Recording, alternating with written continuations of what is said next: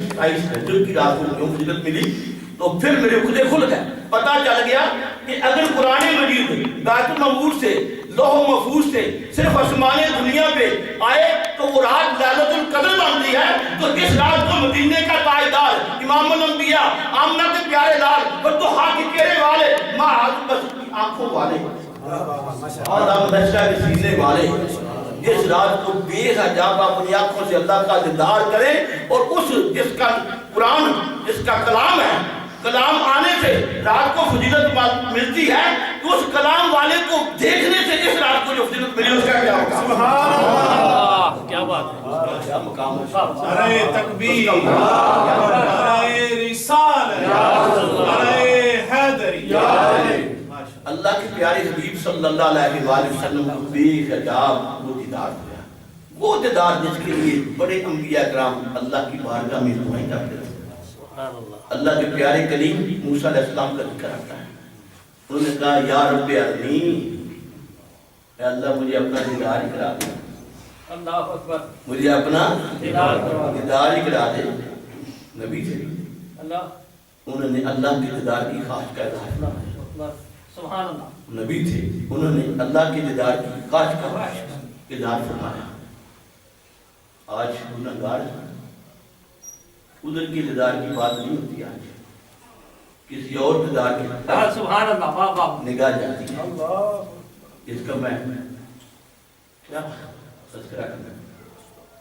انہوں نے دعا کی یا رب ارنی، یا اللہ مجھے اپنا جلوہ دکھا دے، مجھے اپنا دکھا دے۔ آگے سے آواز آتی ہے لم ترانی، ہے پیارے موسیٰ تو نہیں دیکھ سکتا، میں تو دکھا سکتا ہوں، میں تو دکھا سکتا ہوں، تو نہیں دیکھ سکتا۔ اب یہ جو رات میرے پیارے حبیب صلی اللہ علیہ وسلم میں آئی اور میرے محبوب کو لا مقام کی سیر کا یہ شرف حاصل ہوا، تو اس کی بیک گراؤنڈ کیا بنے؟ ایسا کیوں ہوا؟ کبھی کبھی یہ بھی خیال آتا ہے ایسا کیوں ہوا؟ تو آئیے میں تھوڑا سا اس کی طرف بھی آپ کی توجہ لیے چلتا ہوں، کیونکہ آج کل لوگ بڑے تھکے ہوئے ہیں، پریشان آپ دکھائی دیتے ہیں، کسی کیا کام نہیں، لات کی وجہ سے مجبور ہیں، کوئی کسی وجہ سے، کوئی کسی وجہ سے، تو تھکاوٹ کے آثار چہروں پہ نمایاں ہیں۔ آج کل لوگ پریشان ہیں، کس لیے پریشان ہیں؟ کہ کام نہیں ہے، زندگی پردیس کی ہے۔ اگر ہم غور سے دیکھیں تو یہ ہمارے لیے ہے ہی پردیس، ہمارا دیش کسی اور کے یہ ہمارا دیش نہیں ہے، اصل دیش کہیں اور ہے، ہم یہاں ہے ہی پردیس میں۔ تو یہ جو تھکاوٹ کی اثار، یہ جو پریشانیاں ہیں، یہ کیا ہے؟ تو جب اس کی طرف توجہ گئی تو میں نے کہا میں اپنے محبوب کی زندگی کا تھوڑا سا آواز پیش کر دوں، سبحان اللہ، واہ واہ واہ، کیونکہ جب کالی اور سیاہ رات چھا جاتی ہے اس کے اندھیرے میں انسان گم ہو جاتا ہے، اندھیرے کی سیاہی چاہتی چلی جاتی ہے، بس پھر بڑی ایک کٹن کالی سیاہ رات آ جاتی ہے۔ اس رات کے بعد پھر آگے اللہ تعالیٰ صبح ہی کا نور آگے پھر آنے والی صبح ہوتی ہے۔ اللہ کے پیارے حبیب صلی اللہ علیہ وآلہ وسلم کی عمر مبارک 40 سال کی تھی جب میرے کریم آقا نے اعلان نبوت فرمایا۔ 7 سال تبلیغ کی، کتنے سال؟ تھے بھی سید الانبیاء، امام الانبیاء، جن سے معجزات سرزد ہوتے تھے۔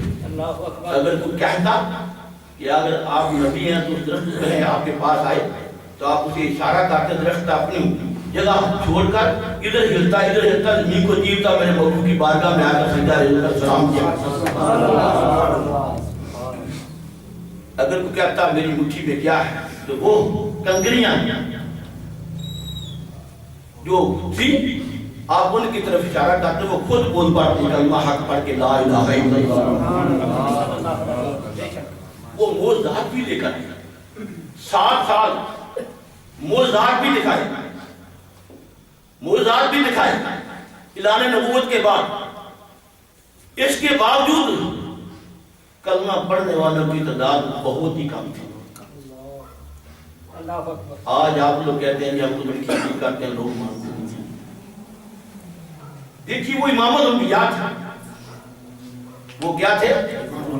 بولیے نا، آپ نے اللہ نے پیارے حبیب صلی اللہ علیہ وسلم سید الانبیاء 7 سال تبلیغ کرتے رہے، لوگ آپ پر کبھی پورا ککڑ پہنتے کبھی آپ کو آوازیں کرتے، بالآخر ایک ایسا وقت آتا ہے کہ سارے سرداران قریش جو بڑے چودھری ہیں وہ اکٹھے بیٹھتے ہیں اور وہ کہتے ہیں کہ ان کا بھوکا پانی بند کر دیں، ان کے ساتھ بائیکاٹ کر دیں۔ بائیکاٹ ہو جاتا ہے، میرے قریب آقا کے ساتھ وفادار محبت کرنے والے جتنے ساتھی تھے ان کے ساتھ آپ کو جو بھی ابی طالب کی گھاٹی میں مقیم کر دیا جاتا۔ 3 سال کا وہاں عرصہ گزرا اور اس عرصے میں کسی کو میرے قریب آقا کی بارگاہ میں کھانے والی چیزیں لے جانے کے لیے بھی کسی کو اجازت نہیں تھی۔ اور وہاں کون کون تھے؟ وہاں کون کون تھے؟ سیدہ کائنات حضرت فاطمہ زہرا سلام اللہ علیہا، جن کا نام آتا ہے تو آنکھیں جھک جاتی ہیں۔ حسنین کریمین کی والدہ 7 سال کی چھوٹی سی عمر کی، کھانے کو نہیں ملتا تو کہاں گزارا کیسے ہوتا ہے؟ آپ پڑھیں، اٹھائیں تفاسیر اور اٹھائیں سیرت کی کتابیں تو آپ کو پتہ چلے گا کہ درختوں کے پتے اتار اتار کر انہیں ابال کر میرے کریم آقا اپنی بیٹی کو کھلایا۔ یہ وہ وقت تھا شعبی ابی طالب کی گھاٹی میں۔ آج ہم کتنی خوراکیں کھاتے ہیں اچھی سے اچھی اور ڈکار لیتے ہیں 3 دن بڑے، اس کے بعد پھر بھی ہمارے جسم کے اوپر پریشانی آتی ہے، ہم پریشان ہیں، ہم پریشان ہیں۔ تو میں آپ کو اپنے مدینے کے تاجدار کی پریشانی دکھا رہا ہوں۔ شعبی ابی طالب کی گھاٹی میں مقیم ہے، بائیکاٹ ہے، کسی کو اجازت نہیں ان کے پاس کچھ بھی لے کر جانے کی۔ 3 سال کا عرصہ گزر گیا، جو عہد و پیمان ہوا تھا، ایک تحریر لکھی ہوئی تھی، اس تحریر کو کھانے کا بھی میں ویزا کیا ہوا تھا ان کے ساتھ۔ تو میرے کریم آقا نے اس کی خبر دی، کہا اے میرے چچا ابو طالب، وہ جو ان کے ساتھ وعدہ کیا تھا وہ وعدہ ختم ہو گیا۔ کہا کیسے؟ کہا وہ وہاں سے اللہ پاک نے اسے مٹا دیا۔ آپ کے چچا ابو طالب نے جب ان سے کہا تو انہوں نے کہا یہ کیسے ہو سکتا ہے؟ انہوں نے کہا اگر مٹ گیا ہو تو پھر تو ہمیں باہر آنے کی اجازت ہے۔ جا کر دیکھا، اس کو کھولا، جب اس کو کھولا تو اندر سے وہ جو جس کے اوپر وعدہ لکھا ہوا تھا اسے دیمک کھا چکی تھی، وہاں کچھ بھی نہیں تھا۔ تو پھر آپ باہر تشریف لائے، جب باہر تشریف لائے، بات مجھ سے کر رہا ہوں کیونکہ وقت بہت تھا، باہر تشریف لائے تو آپ کی رفیقہ حیات جو ہر وقت آپ کی غم گساری کیا کرتے تھے، جب آپ باہر سے پریشان ہو کر آیا کرتے تو وہی دلاسا دیا کرتے تھے، وہ محبت فرمایا کرتے تھے۔ ایسے خدیجہ الکبریٰ رضی اللہ تعالی عنہا، وہ علیل ہو گئی، بستر پہ آ گیا، پھر کچھ ہی دنوں کے بعد ان کا انتقال ہو گیا، انا للہ و انا الیہ۔ بس یہ کیا تھا؟ میرے محبوب کے غم کا پہاڑ تھا، یہ غم کا پہاڑ تھا۔ رفیق حیات کا جو ساتھ تھا وہ علیحدہ ہو گیا، جدائی ہو گئی۔ کچھ ہی دنوں کے بعد وہ چچا حضرت ابو طالب جن کے بارے میں ساری تواریخ، ساری سیرت کی کتابیں اور حدیث مبارکہ کی کتابیں اٹھائیں، وہ میرے محبوب سے اتنا پیار کرنے والے ہیں کہ آخری وقت قریب آ پہنچا، آخری وقت قریب آ پہنچا۔ باہر نکلے، علیل ہیں، بستر پہ، تو مکے کے جو صدرات اور سردار تھے بڑے چودھری، وہ اکٹھے ہو کر آ گئے۔ انہوں نے کہا کہ اے ابو طالب، ہم اس لیے آئے ہیں کہ آپ اپنی زندگی میں ہمارا علم کا فیصلہ کر دیجیے، کہیں ایسا نہ ہو کہ لوگ کہیں جی اب ان کا چچا نہیں رہا اس لیے تم ان کے اوپر ظلم کرتے، تو آپ ہی ان کو سمجھا دیں تاکہ یہ رشتہ ختم ہو جائے۔ تو یہ ابو طالب نے بلایا مدینے کے تاجدار امام الانبیاء کو، کہا کہ میرے پاس یہ ایک بات لے کر آیا، تو کیا کروں؟ اللہ کے پیارے حبیب صلی اللہ علیہ وسلم نے فرمایا کہ انہیں ایک بات کہو مان لیں، اگر یہ میری ایک بات مان لیں تو میں وعدہ کرتا ہوں ان پوری دنیا کی بادشاہ عطا کر دوں گا، دنیا کی بادشاہ مل جائے۔ وہ بڑے خوش ہوئے، سرکار تھے چودھری بڑے خوش ہوئے، قریب آ گئے، کہا بتاؤ کیا بات ہے؟ کہا ایک ہی بات ہے، کہہ دو لا الہ الا اللہ محمد رسول اللہ، تم اتنا کہہ دو میں تجھے بادشاہ عطا کر دیں گا۔ انہوں نے کہا یہی تو بات تھی ہمارا تمہارے خلاف، بس پھر وہ تو اٹھ کر چلے گئے، لیکن وہاں حضرت ابو طالب اس وقت جو گفتگو کرتے ہیں وہ کہتے ہیں کہ میں اب چونکہ اس سے عدالت میں ہوئی ہوں، ان کا مقابلہ بھی میرے اب تو نہیں ہو رہا، تو پھر کیسے ممکن ہے، کیا کریں گے؟ تو مدینے کے تاجدار نے فرمایا میرے چچا جان، کبھی میرے دائیں ہاتھ پہ سورج اور بائیں ہاتھ پہ چاند بھی لا کر یہ قوم رکھ دے تو میں پھر بھی حق کہنے سے باز نہیں جاتا۔ نعرہ تکبیر، نعرہ رسالہ، نعرہ حیدری، میں یہ حق بات کہنے سے نہیں رہ سکتا۔ جب مدینے کے تاجدار صلی اللہ علیہ وسلم نے یہ بات کہی تو ابو طالب نے جو جواب دیا وہ اس ناری بک پہ لکھنے کے قابل ہے۔ کہا اے پیارے محمد صلی اللہ علیہ وآلہ وسلم، میری جان اور میرا سب کچھ تیرے لیے حاضر ہے، اگر کچھ بھی کرنے کے لیے آئے تو سب سے پہلے میں اپنی جان کرتا ہوں۔ سبحان اللہ۔ لیکن پھر کچھ ہی دنوں کے بعد ان کا بھی انتقال ہو گیا، ان کا بھی انتقال ہو گیا۔ یہ دو غم آ گئے، اسے عام الحزن کہا جاتا ہے، غم کا سال کہا جاتا ہے۔ کیا کہا جاتا ہے؟ غم کا سال کہا جاتا ہے، عام الحزن۔ مدینے کے تاجدار بھی آ گئے۔ اب مدینے کے تاجدار نے لکھا یہ مکے والی ہماری بات سنتے نہیں، جو نیا چودھری بن گیا ہے اس شہر کا، وہ تو پہلے سے بھی زیادہ سخت جو ہے میرے خلاف اپنا کر رہا ہے سارا سسٹم۔ تو آپ نے سوچا کہ یہ جو ساتھ طائف کی بستی ہے وہاں بنو ثقیف رہتے ہیں، ان کے پاس جاتا ہوں، وہاں کچھ پڑے لکھے لوگ ہیں، شاید مجھے جان لیں اور میرا کلمہ پڑھ لیں۔ مکے سے اٹھ کر 120 کلومیٹر کا سفر طے کر کے اپنے غلام زید کو ساتھ لے کر وہاں جاتے ہیں، تبلیغ دین کرتے ہیں۔ ہم بھی بڑے تبلیغ کے ٹھیکیدار ہیں، بڑے تبلیغ کے ٹھیکیدار ہیں۔ ہماری تبلیغ اتنی ہے، بس آئے کھانا کھاتا السلام علیکم، وہ پھر نشت کر دیا۔ یہ نہیں ملتے کہ سارے امام الانبیاء نے پتھر کھا کر کے دینی تبلیغ کی، اسی کھانا سونے پکا ہو جانے ہیں، وہ چیز فلانی کاٹی وہ لے کے اس طرح ہوتا ہے۔ صاحب کیا اسی امام الانبیاء کے مدد نہ رہتے؟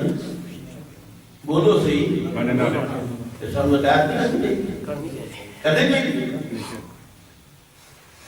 یہ میرا ایک میسج ہے تھوڑے بھی، طریقے بنا کے قرآن میں پلیٹ فارم ہے، کبھی بھی کھانے کی لکش نہ کرے، جو ملے شکر اور بودا احسان سمجھ کے کھا لے۔ یقین کر لو اسی اس قابل بھی نہیں، اسی اس قابل بھی نہیں، کیونکہ تھوڑے جس قابل ہے تم ہاتھ کھڑا کر کے دس۔ اللہ تعالیٰ نے جنیاں آیات پڑھتے کیتی ہیں، میرے خیال کاٹی کس نے کی ساری ہوتا ہے، اگر کس درجہ میں جائے اللہ تعالیٰ نے سب کو بہت درجہ اس امت کو داخل اس امت کو داخل۔ مدینے کے تاجدار امام الانبیاء صلی اللہ علیہ وسلم، آپ نے دیکھا کہ وہاں طائف کی بستی میں جاتا ہوں، وہاں جب تبلیغ دین کرتا ہوں، یا وہاں گئے بات مختصر کر دیتا ہوں، وہاں جب گئے تو جا کر انہیں جب یہ دعوت دی تو وہ پہلے سے زیادہ بفر گئے، اور المختصر انہوں نے کیا کیا جو بڑے چودھری کرتے ہیں وہی انہوں نے کیا۔ جو ان کے نوجوان نسل تھے وہ باش لڑکے تھے، ان کو میرے محبوب کے پیچھے لگا دیا، وہ آوازیں بھی کرتے تھے، پتھر بھی مارتے تھے، اوپر میرا خدا تک رہا ہے کہ مدینے کے تاجدار کے اوپر یہ پتھروں کی بارش بھی ہو رہی ہے، آوازیں بھی کیسے جا رہی ہیں۔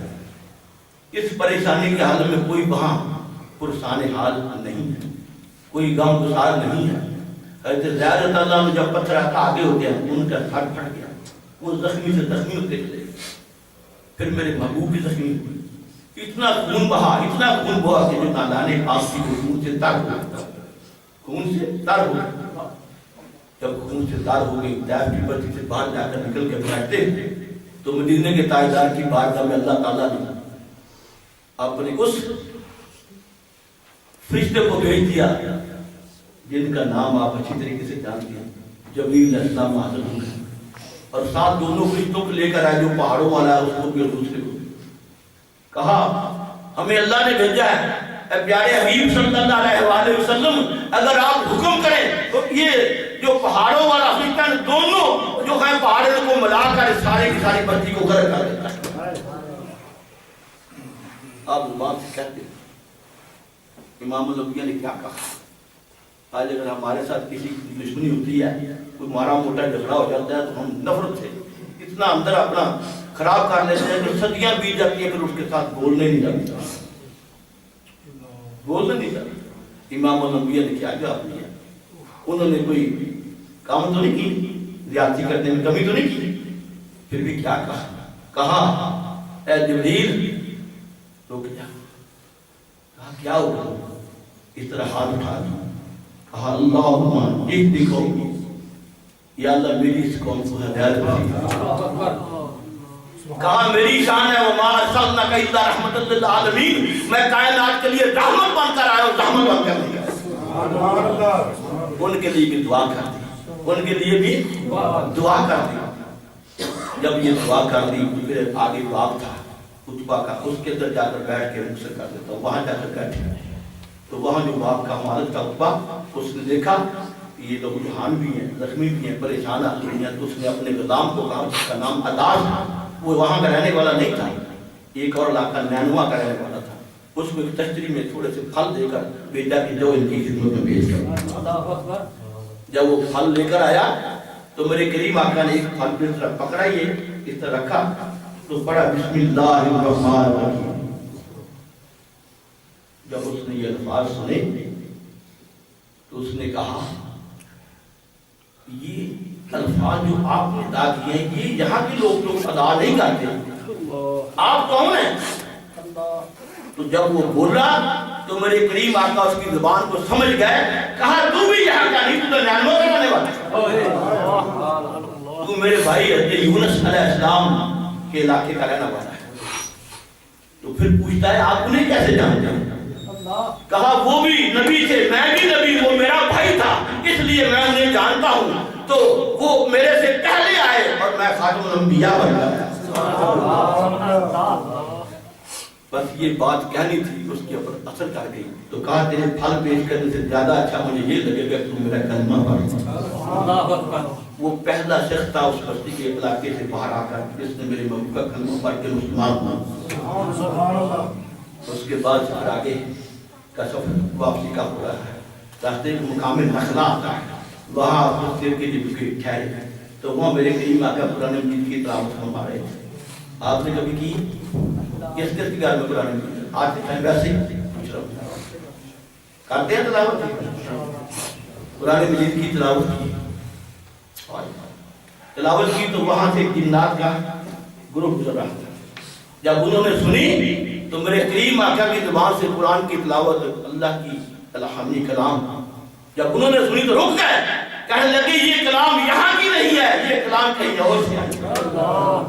انہوں نے پوچھ لیا تو میرے کریم آقا نے فرمایا یہ میرے اللہ کا کلام ہے، اس کا رسول ہوں، انی رسول اللہ علیکم جمیع، میں ساری کائنات کی طرف اس کا رسول بن کر۔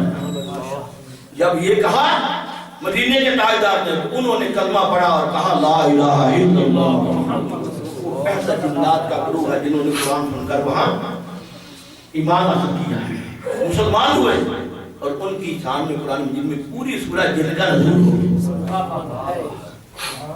پھر وہاں سے میری کریم آقا واپس تشریف لاتے ہیں، تو جب اتنا سفر اس طرح کا ہو، اتنی تکالیف ہوں، تو پھر واپس آ کر جب انسان اپنے گھر میں آرام کرتا ہے، آپ اپنے چچی الجوم حالی کے گھر میں جو ہے نا تیم کعبہ کے ساتھ ہی وہاں جا کر آرام کرتے ہیں، وہ چادر مبارک جس کو قرآن کہتا ہے یا ایھا المدثر، اس کو اوپر لے لیا اور میں بھی اس طرح ہو گیا، لیٹ گیا۔ رات جب کبھی غم زدہ ہوتا ہے تو پھر ایسا ہی مدینے کے تاجدار غمی میں چادر لے کر اٹھ کر آرام فرمائے۔ اب میرا رب یہ سارا منظر تک رہا تھا، میرا رب یہ سارا منظر تک رہا تھا، تو میں نے پہلے بتایا جب سیاہی اپنا اندھیرا مکمل کر لیتی تو اس کے بعد صبح ہوتی ہے۔ ادھر سے میرے اللہ نے جبریل کو کہا آج ابھی اسی وقت جاؤ، ان اللہ کا لکھائے کھائے یا کر میرے محبوب کو کہہ دو کہ اللہ آج اے پیارے حبیب تمہارا بے حجاب یہاں دیدار کرنا چاہتا ہے، تم اس کا دیدار کرو۔ سبحان اللہ سبحان اللہ سبحان اللہ۔ تو پھر وہ جبریل علیہ السلام 70,000 فرشتوں کا جلوس لے کر 70,000 فرشتوں کا جلوس لے کر اور ایک ایسی سواری جس کا نام براق ہے۔ براق جمع ہے برق ہے۔ برق کہتے ہیں بجلی کو، یہ تو آپ جانتے ہیں، اور بجلی کی رفتار پتہ کیا ہے؟ 1 سیکنڈ میں 1,86,000 میل کا سفر کر جاتا ہے یہ بجلی کا ہے۔ تو وہ بجلی نہیں بلکہ بجلیوں کا مجموعہ براق ہے، اس کی رفتار کا اندازہ آپ خود کرنے کتنی ہوگی۔ اب جب وہاں میرے کریم آقا صلی اللہ علیہ وسلم کی بارگاہ میں سواری آئی ہوگی اور جبریل لے کر آئے ہوں گے اور اس غم کے جو پہاڑ تھے وہ چھٹنے کا وقت آیا ہوگا، تو میں آپ کو یہ بتانا چاہتا ہوں کہ اس رات سے بڑی خوشی میرے محبوب کی زندگی میں کبھی کوئی اور آئی ہوگی۔ نعرہ رسالت۔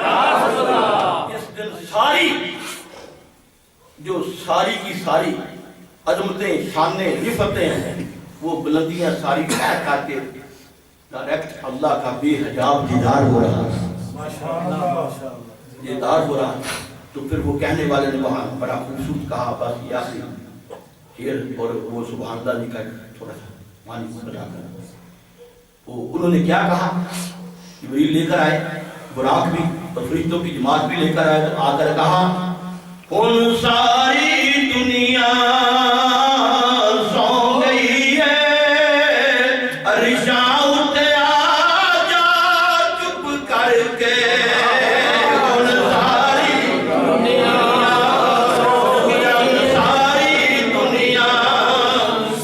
گئی ہے، عرشاں اٹھ آ جا چپ کر کے، ان ساری دنیا سو گئی ہے، عرشاں اٹھ آ جا چپ کر کے، ناراض نیاز دیاں ہون گیاں، ناراض نیاز دیاں ہون گیاں، وہ کچھ سن جا سنا جا چپ کر کے، ناراض نیاز دیاں ہون گیاں، وہ کچھ سن جا سنا جا چپ کر کے، جو آنکھ تے میں اساں موڑنا نہیں، جو آنکھ تے میں اساں موڑنا نہیں، اساں دل محبوب دا توڑنا نہیں،